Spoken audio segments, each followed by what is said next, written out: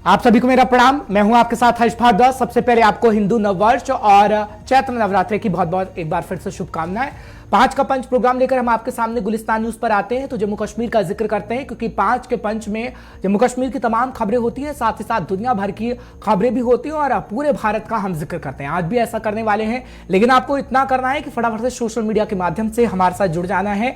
यानी आप आइए फेसबुक पर ये प्रोग्राम जब लाइव जा रहा है तो कमेंट बॉक्स पे आइए और हमें सुझाव दीजिए कि प्रोग्राम कैसा जा रहा है। अगर आप सुझाव देंगे तो उसमें बदलाव करने की हम पूरी कोशिश करेंगे। लेकिन अगर आप इंस्टाग्राम पर आते हैं तो वहां पर भी आप हमें फॉलो कर सकते हैं, कू पर भी आप हमें फॉलो कर सकते हैं, ट्विटर अकाउंट पर भी आप हमें फॉलो कर सकते हैं और गुलिस्तान न्यूज की ऑफिशियल वेबसाइट पर आकर विजिट करिए। आपको खबरों से खबरदार होना होगा, क्योंकि इस वक्त सोशल मीडिया का भी जमाना है। तो फटाफट से आप ऐप भी डाउनलोड कर लीजिएगा गुलिस्तान न्यूज का। आप चलते फिरते कहीं पर भी खबरों से खबरदार हो सकते हैं। फिलहाल 5 के पंच में फॉर्मेट के हिसाब से हम सबसे पहले 5 तस्वीरें एक एक करके दिखाएंगे जो आपको बताएंगे खबर क्या है और ट्रेंड करती हुई खबर रही है। उसके बाद जिक्र करेंगे जम्मू कश्मीर का भी, जम्मू कश्मीर की राजनीति का भी, आपसे जुड़ी हुई खबर का भी और आगे आने वाले समय में क्या कुछ जम्मू कश्मीर में रहेगा उसका भी हम जिक्र करेंगे।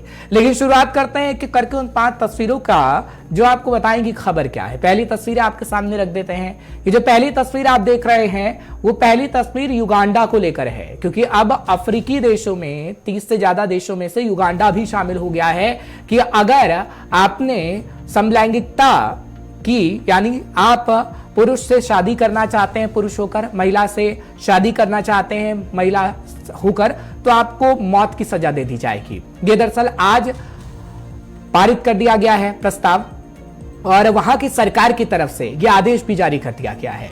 और युगांडा की सरकार ये कह रही है कि अगर किसी व्यक्ति ने, अगर कोई पुरुष है और उसने 18 साल से कम उम्र के पुरुष से अगर प्यार किया और वो ऐसी बात करता है कि उसके साथ संबंध बनाना चाहता है तो उसे फांसी की सजा दी जाएगी। ये भी प्रस्ताव में कहा गया है।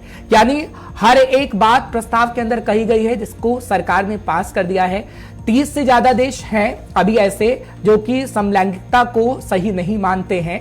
और भारत की अगर हम बात करते हैं तो भारत समलैंगिकता को अपराध नहीं मानता, लेकिन शादी कर सकता है पुरुष से पुरुष या महिला से महिला, उसके लिए अभी कोर्ट में मामला चल रहा है। लेकिन अब युगांडा एक और देश बन गया है जिसकी जानकारी हम आपको दे रहे हैं, जो समलैंगिकता को नहीं मानता है और अगर किसी ने ऐसे संबंध बनाने की कोशिश की तो उसे मौत की सजा दे दी जाएगी। ये पहली खबर हम आपके सामने रख रहे हैं। लेकिन बढ़ते आगे, दूसरी खबर आपको बताते हैं कि दूसरी खबर आखिर क्या है, क्योंकि जब दूसरी खबर आपके सामने आएगी तो आपको पता लग जाएगा खबर क्या है, क्योंकि सुबह से ये खबर ट्रेंड कर रही है और जब हमने बुलेटिन की शुरुआत की थी तो ये खबर आपको बताई थी, लेकिन अभी भी ये खबर ट्रेंडिंग कर रही है। हम देखते हैं कि पड़ोसी मुल्क से किस तरीके की कोशिश होती है भारत में अशांति फैलाने की। और सांबा से ये खबर है जहां पर एक बार फिर ड्रोन देखने को मिला है, लेकिन हमारी सेना की तरफ से जवाबी कार्रवाई की गई जिसके बाद ड्रोन वापस चला गया है। लेकिन ये तस्वीरें सांबा की हम आपको दिखा रहे हैं कि कैसे चप्पे चप्पे पर सुरक्षा बलों की तैनाती रही है। बॉर्डर वाला एरिया है, पाकिस्तान का बॉर्डर लगता है और समय समय पर हम देखते हैं कि कैसे स्थितियां उत्पन्न होती हैं जिसके बाद हमारी सेना जवाबी कार्रवाई करती है। लेकिन एक बार फिर से हमारी सेना ने बखूबी अपना पराक्रम दिखाया है और जब ड्रोन की तस्वीर देखने को मिली है तो ड्रोन को भगा दिया गया है और फायरिंग भी की गई है। ये भी खबर दरअसल सामने आई है। लेकिन बात अगर जम्मू कश्मीर के बॉर्डर की करें, बात पंजाब बॉर्डर की करें, तो ऐसी तस्वीर अब आम हो चली हैं जब हम देखते हैं कि महीने भर में ऐसी तस्वीरें सामने आ जाती हैं। लेकिन हमारी सेना डटी रहती है और काबिले तारीफ हमारी सेना काम करती है और वो तस्वीर हमेशा हम आपको दिखाते रहे हैं और आगे भी दिखाते रहेंगे, क्योंकि सेना का पराक्रम कितना है वो किसी से छिपा नहीं है। फिलहाल अब आपके सामने रखते हैं तीसरी तस्वीर, क्योंकि तीसरी तस्वीर भी आपको बताएगी खबर क्या है। प्रधानमंत्री नरेंद्र मोदी, आपको याद होगा वो कोविड का दौर, जब कोविड था और लॉकडाउन भी लगा, और उसके बाद प्रधानमंत्री नरेंद्र मोदी लगातार मीटिंग करते रहे कोविड को लेकर, चाहे फिर वो अलग अलग राज्यों के सीएम के साथ हो या फिर केंद्रीय स्वास्थ्य मंत्री के साथ हो, जब बखूबी भारत ने उस परिस्थिति को संभालने में कामयाबी हासिल की जिसके लिए तारीफ अभी दुनिया के कई देश करते हैं। लेकिन एक बार फिर से कोविड के मामले लगातार बढ़ रहे हैं और जब कोविड के मामले बढ़ रहे हैं तो प्रधानमंत्री नरेंद्र मोदी की तरफ से बैठक की बात कही गई है। हालांकि अगर बात करें इस बैठक की तो ये कहा जा रहा है कि इस बैठक में प्रधानमंत्री नरेंद्र मोदी की तरफ से ब्यौरा लिया गया है कि कोविड को लेकर आखिर क्या कुछ किया जा रहा है और आगे आने वाले समय में कहीं सिचुएशन और खराब तो नहीं हो सकती, क्योंकि अगर हम बात करें H3N2 की तो उसको लेकर केंद्रीय स्वास्थ्य मंत्री लगातार मीटिंग भी कर रहे हैं। साथ ही साथ कोविड के जो मामले बढ़ रहे हैं उसको लेकर भी मीटिंग्स की जा रही हैं। लेकिन अगर बात करें राष्ट्रीय राजधानी दिल्ली की या फिर अलग अलग राज्यों की तो अस्पताल पूरी तरीके से तैयार हैं आगे आने वाले समय से निपटने के लिए अगर कोई भी परिस्थितियां खराब होती हैं, क्योंकि हाल ही में हमने आपको खबर बताई थी कि LNJP अस्पताल में किस तरीके से H3N2 को लेकर बेड भी रखे गए हैं और अब कोविड को लेकर भी ये तैयारियां मुकम्मल की जा रही हैं। लेकिन आगे आने वाले समय में सिचुएशन खराब नहीं होगी, ये डॉक्टर्स कहते हैं, लेकिन भविष्यवाणी कितनी सच होगी कितनी नहीं होगी ये तो वक्त ही बता पाएगा। लेकिन हाँ, भारत की सरकार पहले से ही तैयारियां मुकम्मल कर रही है, क्योंकि जब पिछला दौर हम याद करते हैं तो कहीं ना कहीं दिल दहल जाता है कि ऑक्सीजन की वजह से कितनी मौतें हुई थी और सवाल भी कई खड़े हुए थे। लेकिन तैयारी पहले से की जाए वो कहीं ना कहीं ठीक होता है। फिलहाल बढ़ते हैं आगे, चौथी खबर आपको बताते हैं और चौथी खबर में आपको क्या मिलेगा वो दरअसल आपके सामने रख रहे हैं। ये गुजरात से खबर है जहां पर लगातार 5 कंपनियों में एक एक करके आग लगी है कि कहा जाता है पैकेजिंग बनाने वाली कंपनी है और यहाँ पर गनीमत ये रही है कि जब भयानक आग लगी है तो किसी की मौत की खबर सामने नहीं आई है। बड़ी मशक्कत लगी, कम से कम 4 से 5 घंटे लगे, दमकल की 8 से 10 गाड़ियां मौके पर मौजूद रही है और पहले ही कहा जा रहा था कि इस कंपनी में कर्मचारी मौजूद थे, लेकिन आज ऐसा नहीं था क्योंकि आज चैत्र नवरात्र का पहला दिन है और ये कहा जाता है कि जब इसमें आग लगी तो लंच टाइम हो रहा था और इसी वजह से कर्मचारी बाहर थे, कोई कर्मचारी अंदर नहीं था और जैसे ही आग लगी वैसे जब 3 से 4 कर्मचारी थे वो बाहर आ गए, इसलिए गनीमत रही कि किसी की मौत की खबर नहीं आई है। लेकिन आग देखकर आप अंदाजा लगा सकते हैं कि कुछ भी हो सकता था और कितने कर्मचारी झुलस सकते थे वो आपके सामने है, जिस तस्वीर से आप अंदाजा खास तौर पर लगा पा रहे होंगे। लेकिन बढ़ते हैं आगे और अगली तस्वीर भी आपको दिखाते हैं, क्योंकि आज मां के जयकारे हर मंदिर में गूंज रहे हैं, चाहे फिर राष्ट्रीय राजधानी दिल्ली का जिक्र करें, जम्मू कश्मीर का जिक्र करें, पंजाब का जिक्र करें या फिर अनेक राज्यों का जिक्र करें। क्योंकि बात अगर जम्मू कश्मीर की करते हैं तो कटरा में इस वक्त वैष्णो देवी धाम पर लाखों की संख्या में श्रद्धालु पहुंच रहे हैं, सुरक्षा के कड़े बंदोबस्त किए गए हैं। जम्मू को मंदिरों का शहर क्या कहा जाता है और जम्मू के अंदर भक्तों की तादाद लगातार बढ़ रही है। दिल्ली के अंदर अगर बात करें तो झंडेवालान मंदिर हो, कालका जी मंदिर हो या फिर संतोषी माता का मंदिर, वहां पर लोगों की तादाद आज काफी देखने को मिली है और 9 दिन ये सिलसिला लगातार बरकरार रहेगा। लेकिन आप अभी जब माता का गुणगान कर रहे हैं तो आप अपना ख्याल रखिए और माता आपकी तमाम जो मनोकामनाएं हैं उसे पूर्ण करे, ये भी हम कहीं ना कहीं कामना करते हैं। फिलहाल 5 तस्वीरों के बाद अब वक्त हो चला है इस वक्त की ताजी जानकारी आप तक पहुंचाने का और ताजी जानकारी हम आपको बड़ी खबर के तौर पर पहुंचाएंगे, क्योंकि ये 5 तस्वीरें आपको बता रही थी कि पूरे दिन में किस तरीके से ये खबरें सुर्खियों का विषय बनी रही हैं। लेकिन बढ़ते हैं आगे और इस वक्त की ताजी जानकारी आपको देते हैं। आपको पिछले दिनों एक वीडियो याद होगा, उसका हम जिक्र जरूर करेंगे, लेकिन खबर आपको बता देते हैं कि ब्रिटिश हाई कमीशन की सुरक्षा को कम किया गया है और कहा जा रहा है कि बैरिकेड्स और PCR भी हटा दिए गए हैं। दरअसल लंदन में भारतीय उच्चायोग में सुरक्षा को लेकर भारत ने नाराजगी जाहिर की थी और भारत की तरफ से पिछले दिनों नाराजगी जाहिर की गई थी और ये जो तस्वीर आप देख रहे हैं वो जो तस्वीर अमृतपाल को लेकर है, जहां पर अमृतपाल के समर्थक भारतीय उच्चायोग के बाहर तिरंगा को उतारने की कोशिश कर रहे थे और वहां पर यह कहा जाता है कि भारतीय उच्चायोग के आसपास सुरक्षा कर्मियों की बेहद कमी थी और इसी वजह से भारत ने नाराजगी को जाहिर किया था। लेकिन आज ये कहा जाता है कि भारतीय उच्चायोग की तरफ से बयान भी सामने आया है, थोड़ी देर में हम आपको वो भी बताएंगे। लेकिन आपको ये भी जानकारी दे दें कि जब ब्रिटिश हाई कमीशन की सुरक्षा कम की गई है तो इस बाबत अभी कोई टिप्पणी नहीं की गई है और बैरिकेड्स और PCR जब हटाए गए हैं तो उसकी तस्वीरें इस वक्त हम आपको दिखा रहे हैं, क्योंकि भारत की तरफ से पिछले दिनों नाराजगी जाहिर की गई थी और ये तस्वीरें हैं, क्योंकि इन तस्वीरों को जब हम आपको दिखा रहे हैं तो पहले जब आपको तस्वीर दिखाते थे तो यहाँ बैरिकेड्स लगे होते थे। फिलहाल डॉक्टर राम श्रीवास्तव विदेश मामलों के जानकार मेरे साथ जुड़ रहे हैं, उनसे भी हम बातचीत करेंगे। राम जी, स्वागत कर रहा हूं 5 के पंच प्रोग्राम में, क्योंकि अभी तक इस मामले को लेकर कोई बयान तो सामने नहीं आया है। जहां तक हम खंगालने की कोशिश कर रहे थे कि कैसे ब्रिटिश हाई कमीशन की सुरक्षा को कम किया गया है, क्योंकि पहले बैरिकेड्स नजर आते थे, पीसीआर नजर आती थी, लेकिन अब वो नदारद है, क्योंकि भारत की तरफ से हमने देखा था नाराजगी जाहिर की गई थी लंदन में भारतीय उच्चायोग में जो सुरक्षा की कमी थी उसको लेकर। क्या उसी वजह से ये किया गया है? से देखिए, ये बहुत सिंपल सी चीज है। राजनीतिक भाषा अलग होती है, कूटनीतिक भाषा अलग होती है, और कूटनीति के हिसाब से हमने ये अपना आक्रोश जाहिर किया है। क्योंकि अगर ब्रिटिश की जो डिप्लोमेसी है उसको अगर आप बारीकी से देखेंगे तो अभी जो बीबीसी ने एक फिल्म जारी की थी जिसमें कि उन्होंने हमारे प्रधानमंत्री पर बहुत भयंकर आक्षेप लगाए थे, और वो जो है जब सुप्रीम कोर्ट द्वारा खारिज कर दिया गया तो उनको इस तरह का फिल्माकर उनकी इमेज डाउन करने का क्या मकसद हो सकता है। एक तो वो था। इसके अलावा भी अगर आप देखेंगे अभी दूसरा कदम तो हमको तो उनकी नाराजगी के लिए बता देना चाहिए उठाकर, क्योंकि देखिए जो वीडियो सामने आया है खालिस्तानी समर्थकों ने चढ़कर ऊपर जाकर तिरंगा उतारा, नीचे फेंका, और इस बीच एक आदमी वहां से एम्बेसी का आता है, वो फिर उनको हटाकर वहां से, और फिर उनको तिरंगे को भी उनका झंडा उतार कर बाहर फेंक देता है।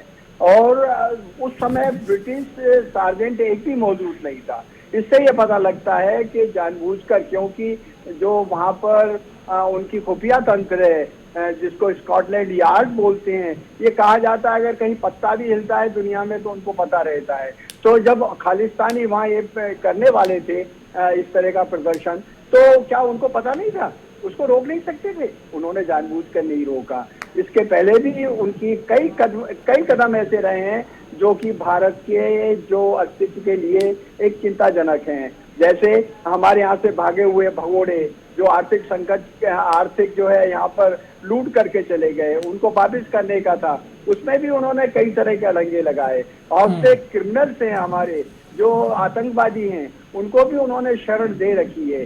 केवल उन्होंने नहीं दी, कनाडा ने भी दी है। कनाडा और यूके, बगैर यूके की परमिशन के कनाडा में कुछ भी नहीं होता है।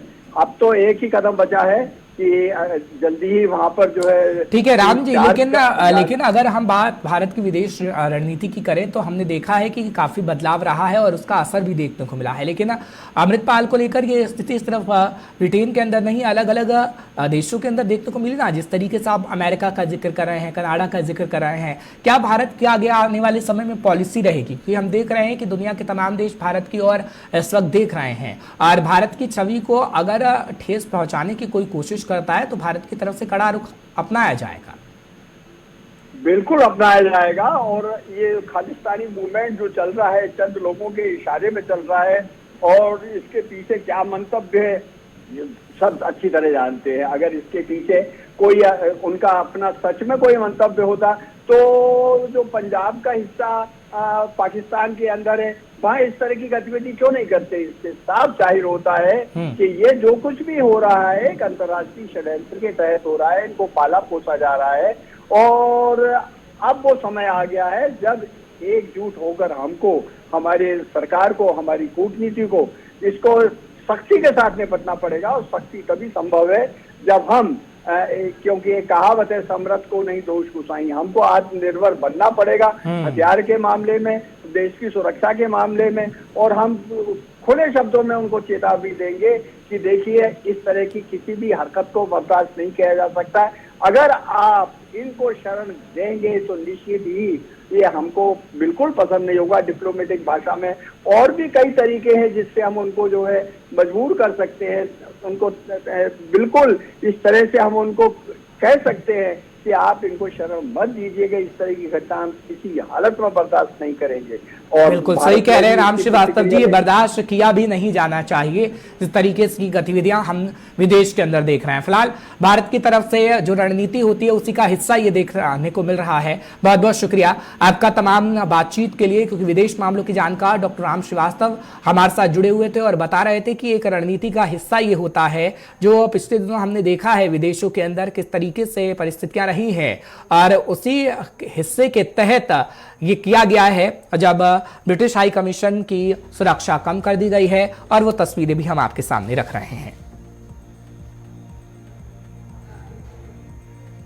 चलिए फटाफट से बढ़ते हैं आगे, बात करते हैं जम्मू कश्मीर की और जिक्र करेंगे केंद्रीय गृह मंत्री अमित शाह का, क्योंकि कुपवाड़ा में शारदा मंदिर के द्वार भक्तों के लिए खोल दिए गए हैं। आज चैत्र नवरात्र का पहला दिन है और शैलपुत्री की पूजा की जा रही है। फिलहाल केंद्रीय गृह मंत्री अमित शाह ने वर्चुअली संबोधन भी किया है और टिटवाल में शारदा मंदिर का जब उद्घाटन किया, मूर्ति की स्थापना हुई, तो वर्चुअली माध्यम से केंद्रीय गृह मंत्री अमित शाह की तरफ से जुड़ा गया और एक बार फिर पुरानी परंपराओं से अवगत लोग हो रहे हैं। ये बातें केंद्रीय गृह मंत्री अमित शाह की तरफ से की गई हैं। फिलहाल आपको जानकारी इस वक्त की ताजा दे रहे हैं और बताने की कोशिश कर रहे हैं कि केंद्रीय गृह मंत्री अमित शाह की तरफ से क्या कुछ कहा गया है, क्योंकि केंद्रीय गृह मंत्री अमित शाह कह रहे हैं कि अब पुरानी परंपराओं से अवगत हुआ जा रहा है, जो कहीं ना कहीं रुक गया था और 370 के बाद वो चीजें दोबारा से शुरुआत हो रही हैं। ये बातें केंद्रीय गृह मंत्री अमित शाह की तरफ से कहा गया है। क्या कुछ उनकी तरफ से और कहा गया है, आपको सुनवा दे रहे हैं। उसी नए वर्ष के शुभ दिन पर आज पुनः निर्मित माता शारदा का मंदिर की अब आज से श्रद्धालु को लिए खोल दिया गया है। ये संपूर्ण भारत के श्रद्धालुओं के लिए बहुत शुभ संकेत है। अब मां शारदा की कृपा संपूर्ण भारतवर्ष पर अविरत रूप से युगों युगों तक यहां से वितरित होती रहेगी। मैं आज यहां पर आ तो नहीं पाया हूं आप लोगों के साथ, परंतु निश्चित रूप से जब भी मैं जम्मू कश्मीर आऊंगा, मेरे दौरे की शुरुआत मैं पुनः निर्मित माता शारदा देवी के मंदिर में शीश झुकाकर ही करूंगा। आज यहां पर श्रद्धेय संतों और ब्रह्मचारियों की उपस्थिति में ये जो एक छोटे से कार्यक्रम में मां शारदा के मंदिर को लोगों के लिए खुला मुका रखा जा रहा है, वो एक नए युग की शुरुआत है। यह केवल माता शारदा देवी जी के आशीर्वाद और हम सबके समुचित प्रयास से ही संभव हो पाया है। इसलिए मैं श्री रविंद्र पंडिता जी और इसके लिए संघर्षशील सभी श्रद्धालुओं को बहुत बहुत शुभकामनाएं और अभिनंदन देना चाहता हूं कि इतने सालों का आपका संघर्ष आज परिणाम लेकर आया है। मित्रों, आज डॉक्टर हेडगेवार जी आरएसएस के संस्थापक की जन्मतिथि है और महान स्वतंत्रता सेनानी सूर्य सेन जी की भी जन्मतिथि है। आज गीता प्रेस के संस्थापक हनुमान प्रसाद पोद्दार जी की पुण्यतिथि भी है। ये तीनों महानुभावों को मैं प्रणाम कर कर उनको श्रद्धांजलि देना चाहता हूं। आज इस मंदिर की वास्तुकला और निर्माण शारदा पीठ के तत्वाधान में पौराणिक शास्त्रों के अनुसार किया गया है। तो इधर केंद्रीय गृह मंत्री अमित शाह की तरफ से जब बातें की गई तो उसके बाद महबूबा मुफ्ती जम्मू कश्मीर के पूर्व मुख्यमंत्री का बयान भी सामने आया।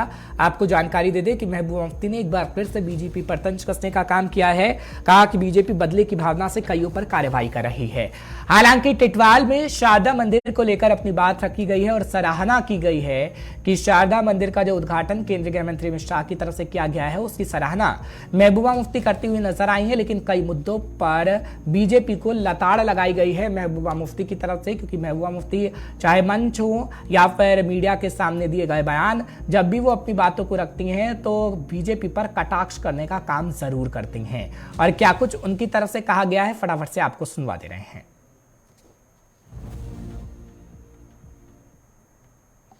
देखिए, एक तरफ से महिल चौकसी है जो हजारों करोड़ रुपए लेके भाग गया है और उसकी जो सीबीआई ने जो उसकी रेड अलर्ट नोटिस था उसको भी विड्रॉ कर लिया है। तो दूसरी इसी तरह अडानी का किस्सा है जो लाखों करोड़ रुपए लेके इस वक्त वो बैठा हुआ है। दूसरी तरफ से जम्मू कश्मीर में जो छोटे छोटे बिजनेसमैन हैं, जो कॉन्ट्रैक्टर्स हैं, जो काम करते हैं, उनको ब्लैकलिस्ट किया जा रहा है, उनको तंग किया जा रहा है। तो मुझे समझ नहीं आती है कि आप चाहते क्या हो जम्मू कश्मीर में करना। अगर कोई किसी ने मिलिटेंट था, उसने मिलिटेंसी छोड़ के मेन स्ट्रीम में आ गया, पिछले 10-30 साल से वो ठेकेदारी का काम कर रहा है, या किसी का दूर दराज रिश्तेदार कभी मिलिटेंट रहा है जो मारा गया है, तो आप उनकी क्राइम ब्रांच से इन्वेस्टिगेशन करवा के उनको ब्लैक लिस्ट कर रहे हैं। यहाँ से एक तरफ से आपने एपटेक जैसी कंपनी जो ब्लैक लिस्टेड कंपनी है उसको एम्प्लॉय किया, दूसरी तरफ से जम्मू कश्मीर में आपने जो अपनी रोजी रोटी कमाना चाहते हैं उसको जुर्म बना दिया है। तो यहाँ के ठेकेदारों को ब्लैक लिस्ट किया, आज भी कोई 300-350 को ब्लैक लिस्ट किया कि उनका कोई रिश्तेदार मिलिटेंट रहा है, वो दुनिया में है भी नहीं। उससे पहले 40-50 को किया कि वो कभी मिलिटेंट रहे, उन्होंने मिलिटेंसी छोड़ के मेन स्ट्रीम में। तो क्या चाहते हैं गवर्नमेंट, क्या चाहती है, लोग क्या करें? मुझे लगता है कहीं ना कहीं ये सरकार चाहती है जिन लोगों ने बंदूक छोड़ के मेन स्ट्रीम ज्वाइन की या जिनका कोई रिश्तेदार मिलिटेंट रहा है, ये इनको मजबूर करना चाहते हैं। They want to push them to the wall. ये चाहते हैं यहाँ खून खराबा हो, यहाँ माहौल ख़राब रहे, ताकि इनको यहाँ सख्ती करने का और ज़्यादा मौका मिले। तो इसलिए मैं यहाँ की जो एडमिनिस्ट्रेशन से उनको ये कहना चाहती हूँ कि आप इस तरह इतनी नाइंसाफ़ी, और 2018 से पहले जिन ठेकेदारों ने जो भी काम किए थे वो भी तो सरकार थी, वो तो कोई चाइना से आई हुई सरकार नहीं थी, यहाँ के लोगों की चुनी हुई सरकार थी। अगर ठेकेदारों ने काम किए हैं तो उनके बिल क्यों रोके, उनका पैसा क्यों नहीं, पेमेंट क्यों नहीं की जाती है? तो एक तरफ से आपका किरण पटेल है, एक ठग गुजरात से आया है, उसको आप पूरा प्रोटोकॉल देते हो, उसको Z+ सिक्योरिटी देते हो, उसके चाहे पुलिस के अफसर हैं या दूसरे अफसर हैं उसके बैक एंड कॉल पे होते हैं, उसका हुक्म चलता है। इसी तरह आपने यहाँ कई किरण पटेल बनाए हुए हैं जिनका मैं नाम नहीं लेना चाहती हूँ, जिनको पूरी अथॉरिटी दी गई है, उन्होंने दुनिया भर का पैसा यहाँ जमा किया हुआ है, और अब लोग उनसे पैसा भी वापस नहीं मांगते क्योंकि डर लगता है कि आप पैसा वापस मांगेंगे ये ठग हमें जेल में डाल देंगे। आपको पता है वो कौन से ठग हैं? एक तो ग्रेटर कश्मीर में भी काम करता था, ऐसे कई लोग हैं। एक तो यहाँ चश्माशाही में उसका 3-3.5 करोड़ रुपया तो उसका किराया बनता है। ऐसे कई ठग हैं जिनको ये पैट्रनाइज करते हैं।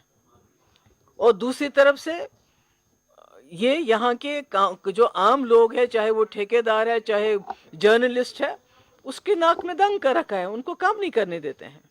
नहीं, this is very good. We have always been saying that we need to engage, reconcile and resolve things. So opening of Shada temple is a very good thing. It is something that the Kashmiri Pandits were looking forward to.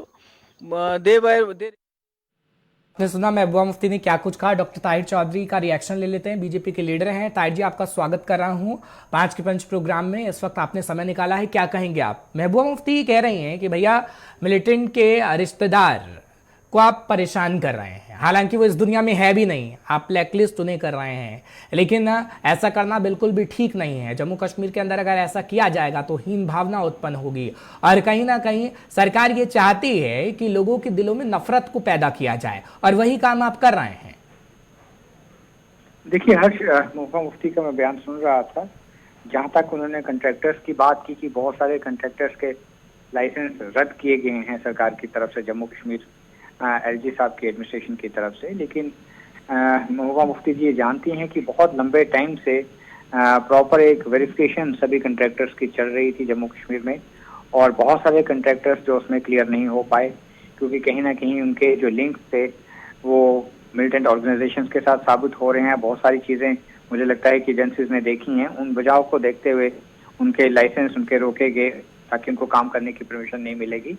लेकिन जम्मू कश्मीर को जिस तरह से आगे लाना है, बहुत कुछ सरकार को एडमिनिस्ट्रेशन को करना पड़ेगा, क्योंकि जो आज से मैं कहूँगा कि 2019 से या पहले के अगर हम हालातों की बात करें, पत्थरबाजी होती थी, बंद की कॉल होती थी, कश्मीर वैली हमेशा डिस्टर्ब रहती थी।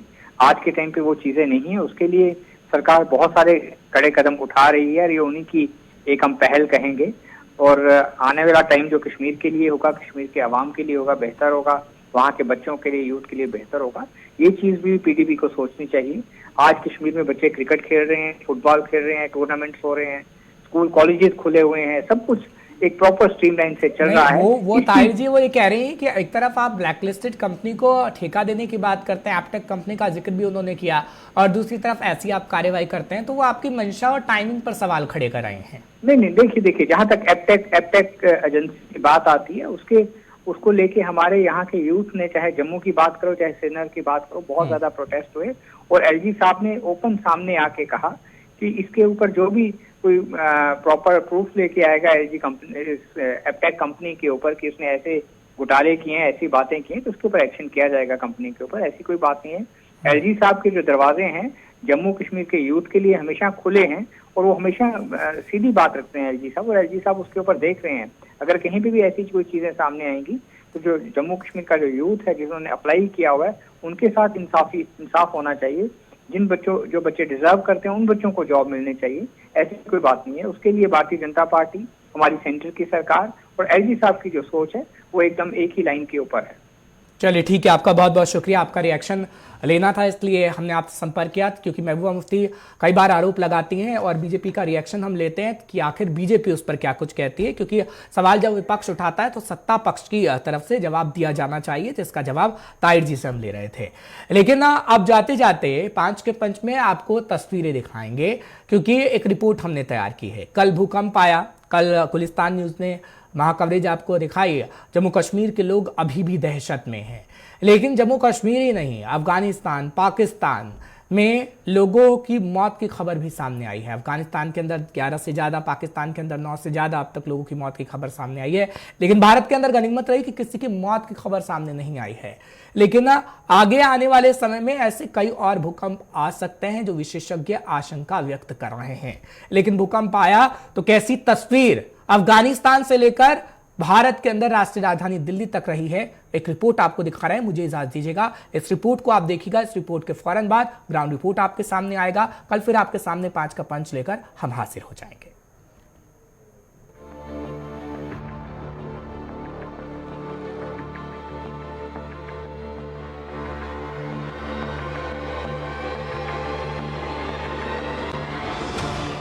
हिलते झूमर, हिलते पंखे, भागते लोग, जब अचानक से हिल गई धरती।